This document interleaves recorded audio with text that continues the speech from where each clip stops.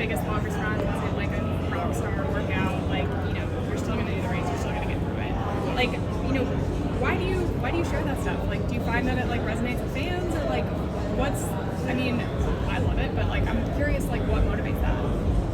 I think it's like I don't have an outlet to talk about running because no one really cares about my running at home. Like, I could tell my husband and he'd be like, no, I'm kidding. I just think it's part of the process, and I think if I'm going through it, someone else is probably going through it. And like, my favorite thing is someone who's like, I just really needed that today. I'm like, yeah, me too. I'm glad we can like connect on that. Yeah. I didn't tell them that workout was really, really solid. I just wanted it to be better. Yeah, I mean, I'm sure. And in the build to this marathon, what's been different? Like, have you tweaked at all? Like, what your training is compared to last season? Yeah, I mean, I think the last 12, 18 months were really rocky, just kind of working through some stuff. Yeah. I think we're on the other side of that. This has been solid. Mileage is back where it should be, and workouts just feel so much smoother. So I think just from a mentality standpoint, like, I'm really happy. And it feels like when it's going well, it's fun and it's easy, and that's just where I'm at right now. So I think, it'd be good to see what we can do with the result just from that type of training and that mentality. Yeah, and about this course specifically, do you have a favorite part? Do you have a least favorite part? What are your thoughts on the 5 boroughs? Yeah, I mean, it's fantastic running here. The crowds are just unbeatable. Getting into Manhattan late when you're heading into Central Park, it's the hardest part of the course. It's just the most challenges, and you're already 20 some odd miles in. But it's like love-hate there because that's the moment you're waiting for. And I've just been thinking about it all week. Like, I can't wait to hurt, and then just like stay right in it and embrace that pain. It's been a while since I've been able to do that physically, so I'm really looking forward to it. I just want to get in there and just suffer. Yeah. And do you have a post-race beverage picked out? I know you're sometimes particular about that. I don't. We'll see what's speaking to me on the day. It's going to be warm, so I'm not sure if bourbon's going to be on order, but we'll figure something out. Yeah. Do you have a goal for Sunday? Place time, not really. I just want to compete well. I think I want to see where my fitness is at. I think it's gone really well. I just need to put it together and see what it means. So you said the last 12 to 18 months was a struggle. Was that injuries? Yeah, not age, necessarily. I mean, a lot of things. It's hard to recover. Yeah, that's definitely part of it.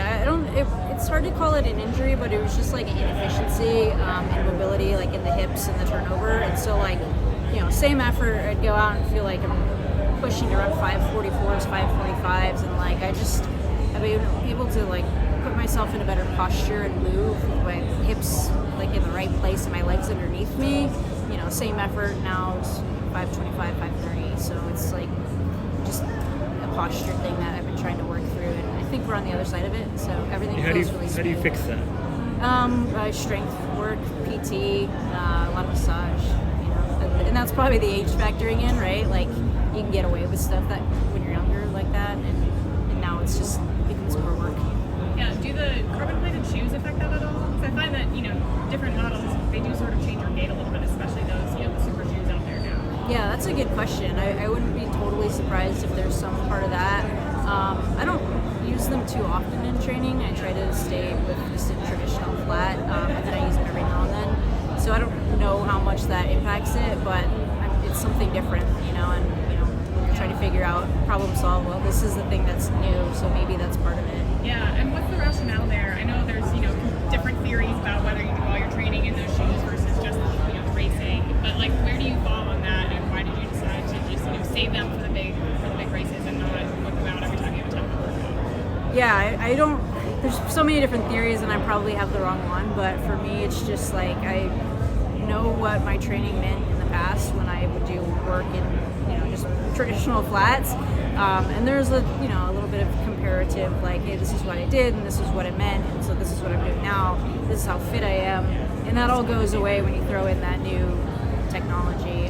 So I think you have to train your body to how it's going to feel to be in those over long distances. Like, it's different, just stability wise, you're using different muscles a little bit, but I don't know, for me mentally even, I want to know what I'm doing and what it means, and I can't do that with something different.